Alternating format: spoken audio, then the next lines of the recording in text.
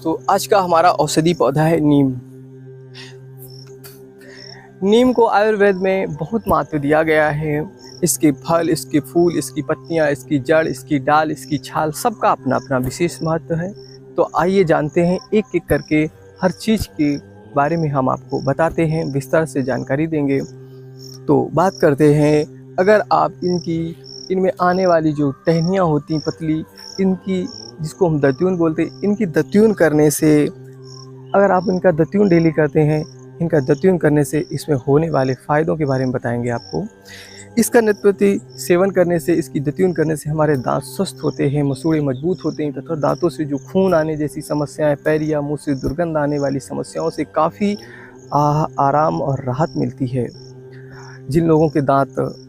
बहुत कम उम्र में ख़राब हो जाते हैं, कीड़े लग जाते हैं, या उनका रंग भद्दा गंदा मैला सा हो जाता है, दांतों से खून आते हैं, मुंह से दुर्गंध आती है, ऐसी समस्याएं जिनकी होती हैं, उन्हें नित्य प्रति दत्यून का सेवन करना चाहिए।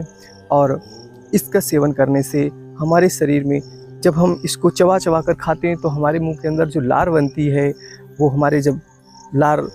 मुंह के माध्यम से जब अंदर जाती है तो हमारे पाचन तंत्र को भी मजबूत करती है, इम्यूनिटी पावर को बढ़ाती है, जिससे कई मौसमी बीमारियों से हम आसानी से छुटकारा पा सकते हैं, या आने वाली बीमारियों से हम आसानी से बच सकते हैं। तो उन सब का बचाव रखने के लिए एवं शरीर को स्वस्थ रखने के लिए इनकी दत्यून का प्रयोग करना बहुत आवश्यक है। आजकल मार्केट में चलने वाले जो केमिकल युक्त मंजन हैं, इन मंजनों से हमें बच के रहना चाहिए, क्योंकि अगर आपके दांत आपका साथ नहीं देंगे तो आप अपने शरीर को मेंटेन नहीं कर पाएंगे। अगर आप अपने शरीर को मेंटेन नहीं कर पाएंगे, उनको प्रचुर मात्रा में, पर्याप्त मात्रा में विटामिन, कैल्शियम, फाइबर, आयरन, जो उनको आवश्यक चीज़ें हैं, नहीं दे पाएंगे, तो हम बहुत आसानी से अपने शरीर को दुर्बल और हीन बना लेंगे,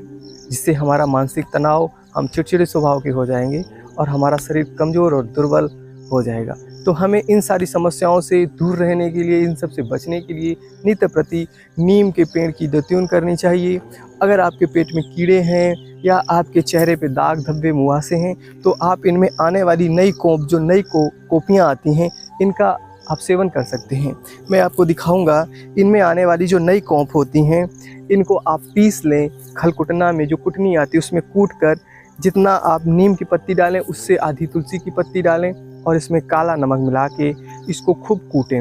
इसके बाद कूट के इसकी छोटी छोटी गोलियां बना के 2 गोली नित्य प्रति सुबह जल के साथ, बिना कुछ खाए पिए, खाली पेट इनका सेवन करने से आपके चेहरे में होने वाले एवं आपके खून में होने वाले इन्फेक्शन, इन सब से बहुत आसानी से छुटकारा पाया जा सकता है। अगर आप इनकी गोलियों का नित्य सेवन करते हैं तो डायबिटीज़, कैंसर और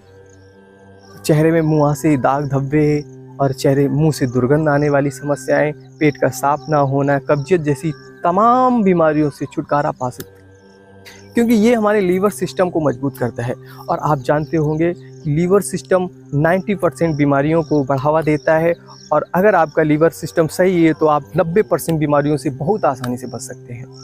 तो आज हम बात करते हैं इसके छाल की। जो नीम का पुराना पेड़ होता है, या जो पेड़,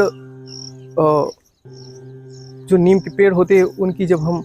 टहनियों की बात करते हैं, जो नीचे का तना होता है, उनमें छाल पक के वो बाहर को निकलने लगती है। उस छाल को निकाल के आप पत्थर की